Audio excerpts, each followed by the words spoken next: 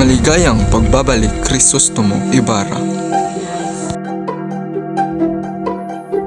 Ako si Crisostomo Ibarra, nangangarap na makapagpatayo ng paaralan upang matiyak ang magandang kinabukasan ng mga kabataan ng San Santiago.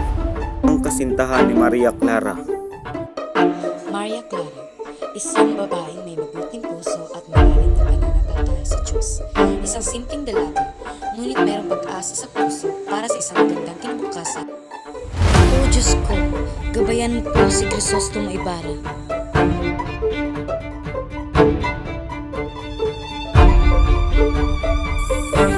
Ako si Teniente Miguel Guevara, isang matandang teniente ng Guardia Civil at matalik na kaibigan ni Don Rafael. Tapat at magalang na tao, handang protektahan ang anak ng aking matalik na kaibigan. Maaari ko bang malaman kung paano mo nakilala ang aking ama? Iyong ama ay isang pinakamayaman sa buong lalawigan. Siya ay ginagalang at mabait na kaibigan at siya ay malapit paggalang sa mga pobreng tao. Subalit, Anong ginagawa niyo sa mga bata?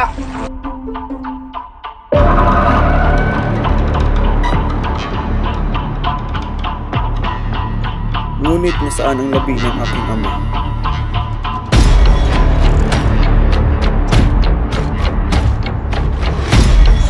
Ang masungit at walang awang padre. Ako si Padre Damaso, isang mapangusgang tao at laging pinupuna ang ibang tao.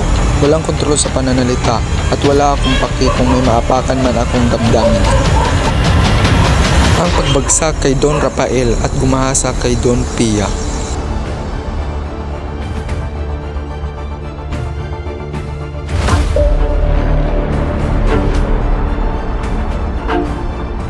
Ako si Doña Pia Alba, ina ni Maria Clara at asawa ni Kapitan Tiago, isang babaeng mayaman at katayuan. Sa aking pagtulog, hindi ko lubos sinasahan ang malubhang trahedya ng aking buhay. Konsolasyon!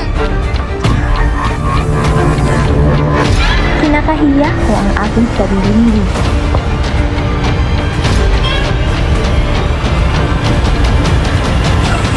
Ako si Kapitan Tiago, isang maamo at masunurin nagpapahalaga sa mga koneksyon sa lipunan. Higit prioridad ko ang aking pagpuposisyon sa sarili sa estratehikong paraan sa gitna ng mga piling tao ng bansa.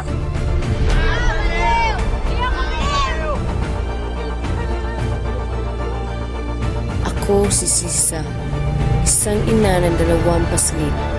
Crispin! Basilio! Anak ko! Nasaan na kayo?